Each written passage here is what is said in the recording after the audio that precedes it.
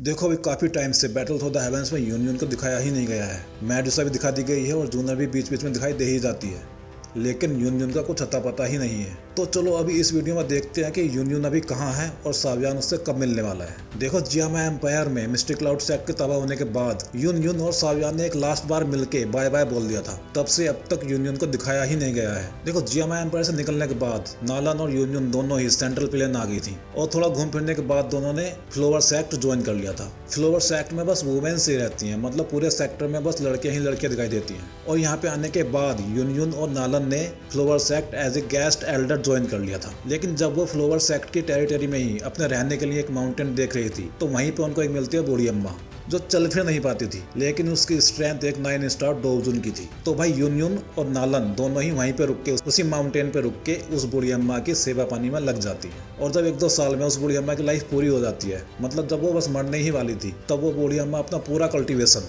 मतलब अपने सारी पावर्स यूनियन की बॉडी में सील कर देती है। मतलब उसकी सारी 9 स्टार डोजन वाली पावर्स यूनियन की बॉडी में सील हो जाती है। और साथ में वो यूनियन को एक जेड टैबलेट देकर बोलते कि जा बेटा फ्लोवर सेक्ट जा और वहां जाके सेक्टर की चीफ बन जा। और वह ऐसा बोल भी सकती थी क्योंकि वो जो बूढ़ी अम्मा थी उसका नाम था ग्रैनी हुआ और वो फ्लोवर सेक्ट की चीफ थी। लेकिन भाई यूनियन को कोई इंटरेस्ट नहीं था फ्लोवर सेक्ट की चीफ बनने में, तो वो फ्लोवर सेक्ट जाती है और वहाँ की काम चलाओ चीफ को वो जेड टैबलेट थमा के बोलती है कि ये जेड टैबलेट है, इसको आप रखो, मेरे को कोई इंटरेस्ट नहीं है फ्लोवर सेक्ट की चीफ बनने में। लेकिन वो जो काम चलाओ चीफ थी फ्लोवर सेक्ट की, उसको पता लग जाता है कि उसकी बॉडी में सारी की सारी पावर सील है ग्रैनी हुआ की। तो भाई वो यूनियन से बोलती है कि अपनी बॉडी में सील सारी पावर्स को मुझे थमा और यहाँ से दफा हो जा। लेकिन भाई ग्रैनी हुआ ने वो सारी पावर्स यूनियन की बॉडी में ऐसे सील की थी कि अगर कोई फोर्सफुली उनको निकाले तो उन पावर्स के साथ साथ यूनियन की जान भी निकल जाएगी। अब ऐसी सिचुएशन में यूनियन उन पावर्स को तो किसी को दे नहीं सकती, इसलिए वो साफ मना कर देती है। अब क्योंकि फ्लोवर सेक्ट की कुछ एल्डर्स भी यूनियन की तरफ थी, इसलिए चीफ